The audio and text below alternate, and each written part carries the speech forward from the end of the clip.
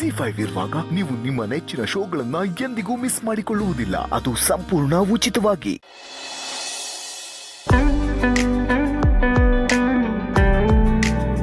Welcome back sir. ನೀವು ಮತ್ತೆ ಬಂದಿದ್ದು ತುಂಬಾನೇ ಖುಷಿ ಆಯಿತು. Thank you so much and I am sorry. ಪರಿಸ್ಥಿತಿ ತುಂಬಾನೇ ಕೆಟ್ಟದಾಗಿತ್ತು, ಅದಕ್ಕೆ ಅರ್ಧದಲ್ಲೇ ಎದ್ದು ಹೋದೆ. ಸರ್ ತುಂಬಾ ಅರ್ಜೆಂಟ್ ಆಗಿ ಹೋದ್ರಿ, ಏನಾಯ್ತು ಅಂತ ಕೇಳಬಹುದಾ? ಇಟ್ಸ್ ಪ್ಯೂರ್ಲಿ ಪರ್ಸನಲ್, ಸೊ ನನಗೆ ಶೇರ್ ಮಾಡ್ಕೊಳ್ಳೋದಕ್ಕೆ ಇಷ್ಟ ಇಲ್ಲ. ಬಟ್ ಇಫ್ ಯು ಇನ್ಸಿಸ್ಟ್, ಅದಕ್ಕೆ ರಿಲೇಟ್ ಆಗೋ ಥರ ಒಂದು ಸ್ಟೋರಿ ಹೇಳ್ತೀನಿ. ಶ್ಯೂರ್ ಸರ್, ಹೇಳಿ. ಒಂದು ಊರಲ್ಲಿ ಒಂದು ಕಾಡಿತ್ತು, ಭಯಂಕರವಾದ ಕಾಡು. ಆ ಕಾಡಲ್ಲಿ ಅಷ್ಟೇ ಭಯಂಕರವಾಗಿರೋ ಒಂದು ಸಿಂಹ ಇತ್ತು. ಗತ್ತು, ಘನತೆ, ಗಾಂಭೀರ್ಯ. ಸಿಂಹ ಕೂಡ ಅಷ್ಟೇ ಭಯಂಕರವಾಗಿತ್ತು. ಆ ಸಿಂಹಕ್ಕೆ ಜಿಂಕೆ ಮನಸ್ಸಿತ್ತು, ಅಷ್ಟೇ ಮೃದು ಸ್ವಭಾವ. ಕಾಡ್ಗದೇ ರಾಜ, ಬಟ್ ಫ್ಯಾಮಿಲಿ ಅಂತ ಬಂದರೆ ಸೇವಿಕಂತರ ಆಗ್ಬಿಡ್ತಾ ಇತ್ತು. ಆ ಸಿಂಹ ಕತ್ತೆ ಥರ ದುಡಿತಾ ಇತ್ತು. ಸರ್, ಸಿಂಹ ಕತ್ತೆ ತರ ದುಡಿತಿತ್ತಾ? ಹಾಂ, ಫ್ಯಾಮಿಲಿನ ಜೋಪಾನ ಮಾಡಬೇಕಲ್ವಾ. ತನ್ನ ಫ್ಯಾಮಿಲಿಗೆ ಯಾವುದೇ ಥರದ ಕುಂದು ಕೊರತೆ ಬರೆದಿರೋ ಹಾಗೆ ನೋಡ್ಕೋಬೇಕಲ್ವಾ. ಅದಕ್ಕೆ ಕತ್ತೆ ಥರ ದುಡಿತಾ ಇತ್ತು. ಅದಕ್ಕೆ ತನ್ನ ಫ್ಯಾಮಿಲಿನೇ ಸರ್ವಸ್ವ, ಅದೇ ತನಗೆ ಬಲ ಬೆಂಬಲ ಅಂತ ಅನ್ಕೊಂಡಿತ್ತು. ಆದರೆ ಒಂದಿನ ಏನಾಯ್ತು ಸರ್? ಒಂದು ಕತ್ತೆ ಕಿರುಬ ಹೊಂಚಾಕಿ ಸಿಂಹದ ಮರಿನ ಎತ್ಕೊಂಡು ಹೋಗ್ಬಿಡ್ತು. ಆ ಸಿಂಹದ ಫ್ಯಾಮಿಲಿ ಎಲ್ಲರೂ ಕಂಗಾಲಾಗಿದ್ರು. ಆ ಸಿಂಹ ತನ್ನ ಸಿಂಹದ ಮರಿಗೆ ಎಲ್ಲಿ ತೊಂದರೆ ಆಗ್ಬಿಡುತ್ತೋ ಅನ್ನೋ ಕಾರಣಕ್ಕೆ ತನ್ನ ಸ್ಥಾನ, ಮಾನ, ಘನತೆ, ಗರ್ವ, ತನ್ನ ಶಕ್ತಿ, ಸಾಮರ್ಥ್ಯ ಎಲ್ಲನೂ ಪಕ್ಕಕ್ಕಿಟ್ಟು ಆ ಕತ್ತೆ ಕಿರುಬನ ಮುಂದೆ ಮಂಡಿಯೂರು ಕೂರ್ತು. ಸರ್, ಸಿಂಹ ಆಫ್ಟರ್ ಆಲ್ ಒಂದು ಹೈನ ಮುಂದೆ ಸರೆಂಡರ್ ಆಯ್ತಾ? ಹಾ, ಆ ಕತ್ತೆ ಕಿರುಬನ ಬಾಯಲ್ಲಿ ಸಿಂಹದ ಮರಿ ಇತ್ತಲ್ಲ, ಆ ಕಾರಣಕ್ಕೆ ಸಿಂಹ ಸರೆಂಡರ್ ಆಗಿದ್ದು ಕತ್ತೆ ಕಿರುಬನ ಮುಂದೆ ಅಲ್ಲ, ಪರಿಸ್ಥಿತಿ ಮುಂದೆ.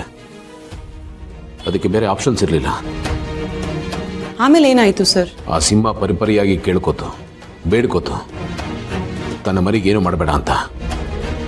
ಆದರೆ ಆ ಕತ್ತೆ ಕಿರುಬ ತಾನೇನು, ತನ್ನ ಬುದ್ಧಿ ಏನು ಅಂತ ತೋರಿಸೇ ಬಿಡ್ತು. ಮರಿ ಸಿಂಹಕ್ಕೆ ನೋವು ಮಾಡೇ ಬಿಡ್ತು. ಈಗ ಮುಂದಕ್ಕೆ ನೀವು ಹೇಳಿ, ನೀವೇ ಬಿಡ್ತೀನಿ. ಇಷ್ಟೆಲ್ಲ ಮಾಡ್ತಲ್ಲ ಕತ್ತೆ ಕಿರುಬ, ಅದಕ್ಕೆ ಆ ಸಿಂಹ ಏನು ಮಾಡಬೇಕು? 100% ಅಟ್ಯಾಕೆ ಮಾಡಬೇಕು ಸರ್. ಆಡುತ್ತೆ, ಖಂಡಿತ ಬೇಟೆ ಆಡುತ್ತೆ. ಬರೀ ಕತ್ತೆ ಕಿರುಬನಷ್ಟೇ ಅಲ್ಲ, ಅದರಿಂದ ಯಾರೇ ಇದ್ರೂ ಸರಿ ಅವ್ರನ್ನು ಸೇರಿಸಿ ಬೇಟೆ ಆಡುತ್ತೆ. ಯಾರನ್ನು ಕ್ಷಮಿಸಲ್ಲ, ಹುಡ್ಕೊಂಡೋಗಿ ಬೇಟೆ ಆಡುತ್ತೆ, ಯಾರನ್ನು ಬಿಡಲ್ಲ. Okay sir. ವೀಕ್ಷಕರೇ, ಒಂದು ಸ್ಮಾಲ್ ಬ್ರೇಕ್ ತಗೊಂಡು ವಾಪಸ್ ಬರ್ತೀನಿ. Take a small break, stay tuned. Sir, coffee ಹೇಳ ಸರ್? No thank you.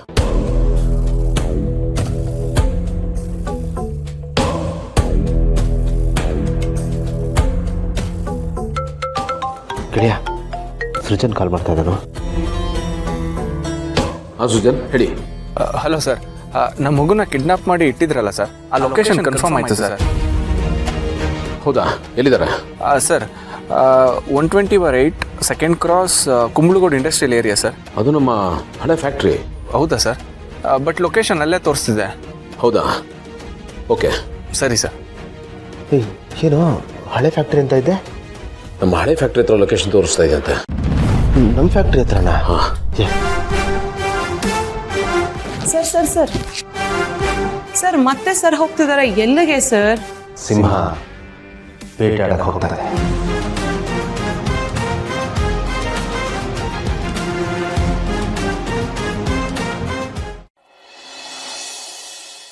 ಏನು ಮಾಡಲಿ? ಎಲ್ಲ ಬರು, ಹತ್ರ ಬರು. ನೋಡಿ, ಇವಾಗ ನಮ್ಮ ಅಣ್ಣ ಬರ್ತಾನೆ, ಅವನ ಮೇಲೆ ಅಟ್ಯಾಕ್ ಮಾಡಿ. ಅವನ ಜೊತೆಗೆ ಇನ್ನೊಬ್ಬ ಇರ್ತಾನೆ. ಹೊಡಿಬೇಕಾ ಹೊಡಿರಿ, ತಲೆ ಕೆಡಿಸ್ಕೋಬೇಡಿ. ಯಾಮಾರಿ ನೀವೇನಾದ್ರು ತಗೊಳ್ಳೋ ಪರಿಸ್ಥಿತಿ ಬಂತು ಅಂತಂದ್ರೆ ಯಾವುದೇ ಕಾರಣಕ್ಕೂ ನನ್ನ ಹೆಸರು ಬಾಯ್ಬಿಡೋ ಆಗಿಲ್ಲ. ಅರ್ಥ ಆಯ್ತಾ? ಪೊಲೀಸು, ಕೋರ್ಟು ಅಂತ ಏನಾದರೂ ಹೋದ್ರೆ ನೀವು ಜೈಲಿಗೆ ಹೋದ್ರೂ ತಲೆ ಕೆಡಿಸ್ಕೋಬೇಡಿ. ನನ್ನ ಬಗ್ಗೆ ನಿಮ್ಗೆ ತುಂಬಾ ಚೆನ್ನಾಗಿ ಗೊತ್ತು. ನಾನು ಎಷ್ಟೇ ದುಡ್ಡು ಖರ್ಚಾಗಲಿ ನಿಮ್ಮನ್ನು ಬಿಡಿಸ್ಕೊಂಡ್ಬರ್ತೀನಿ. ಅರ್ಥ ಆಯ್ತಲ್ಲ? ಆಮೇಲೆ ಇನ್ನೊಂದು ವಿಷಯ, ಯಾಮಾರಿ ಬಾಯ್ ಬಿಡುವಂತ ಪರಿಸ್ಥಿತಿ ಬಂತು ಅಂತಂದ್ರೆ, ಅರ್ಥ ಆಯ್ತಲ್ಲ?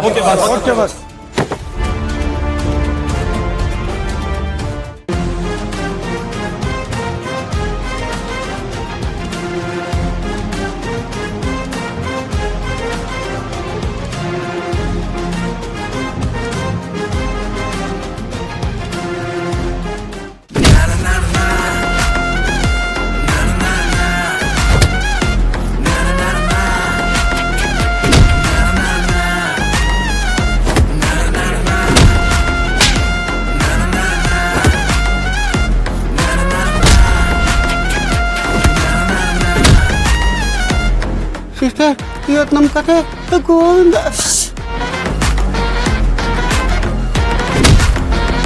ಕೊಡ್ರ ಅವನ್ನ.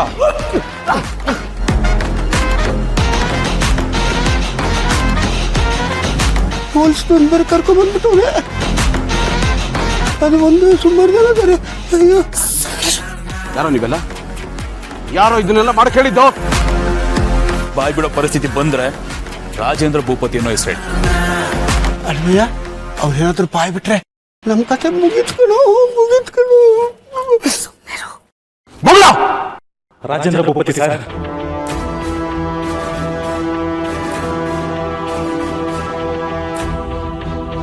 ಹೇಳ್ಕೊಂಡೋಗಿ ಅವ್ರನ್ನ ದುಡ್ಡು ಸೀಸ್ ಮಾಡಿ.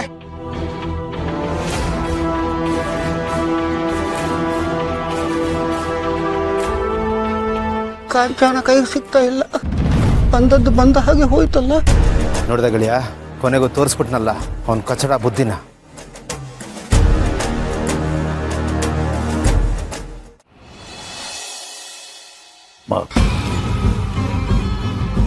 ಓ ಗೌತಮ್ ದಿವಾನ್. ಏನ್ ಗೌತಮ್ ದಿವಾನ್ ಒಳ್ಳೆ ಸುಂಟ್ರ ಗಾಳಿ ತರ ಬಿರ್ಸಾಗಿ ಬಂದ್ಬಿಟ್ಟಿದ್ದೀರ. ಅಂದ್ರೆ ಎಲ್ಲೋ ಒಂದ್ ಕಡೆ ಡಿಪ್ರೆಷನ್ ಕ್ರಿಯೇಟ್ ಆಗಿದೆ ಅಂತಲೇ ಲೆಕ್ಕ. ಕಾರಣ ಏನು ಅಂತ ಕೇಳಬಹುದಾ? ಮಾಡೋದೆಲ್ಲ ಮಾಡ್ಬಿಟ್ಟು ಏನು ಗೊತ್ತಿಲ್ಲರೋ ತರ ಆಡ್ಬೇಡಿ. ಈಗ ನೀವೇನ್ ಮಾಡಿದಾರಲ್ಲ ಅದು ಕೈಲಾಗದೆ ಇರೋ ಹೇಡಿಗಳು ಮಾಡೋ ಕೆಲಸ. ತಾಕತ್ತಿದ್ರೆ ನೇರ ಫೈಟ್ ಮಾಡಿ. ಅದು ಬಿಟ್ಟು ಇಂಥ ಚೀಪ್ ಕೆಲಸ ಕೈ ಹಾಕಿ ಇರೋ ಸ್ವಲ್ಪ ಮರ್ಯಾದೆನೂ ಕಳ್ಕೋಬೇಡಿ. ಮಾತು ಮಿತಿ ಮೀರ್ತಾ ಇದೆ. ಕತ್ಲಲ್ಲಿ ಗುಂಡೊಡಿಯೋ ಕೆಲಸ ಮಾಡಕ್ ಹೋಗ್ಬೇಡ. ಏನ್ ವಿಷಯ, ಏನಕ್ಕೆ ಬಂದಿದ್ಯಾ ಅದನ್ನ ಮೊದಲೇಳು. ಒಂದು ಪುಟ್ಟ ಮಗು ಹಿಂದೆ ನಿಮ್ ಕಡೆ ಅವ್ರನ್ನ ಚೂ ಬಿಟ್ಟಿದಾರಲ್ಲ, ನಾಚಿಕೆ ಆಗ್ಬೇಕು ನಿಮ್ಗೆ. ಗೌತಮ್ ದಿವಾನ್, ಧ್ವನಿ ಏರ್ಸ್ ಮಾತಾಡಬೇಡಿ. ನನಗೂ ಬರುತ್ತೆ. ನಾನು ಎಲ್ಲ ತಿಳ್ಕೊಂಡೆ ಇಲ್ಲಿಗೆ ಬಂದಿರೋದು. ಇದರಲ್ಲ ನಿಮ್ಮ ಸಾಕ್ ನಾಯಿಗಳು, ಅವರು ಪೊಲೀಸ್ ಮುಂದೆ ನಿಮ್ಮ ಹೆಸರನ್ನ ಬಾಯ್ಬಿಟ್ಟಿದ್ದಾರೆ.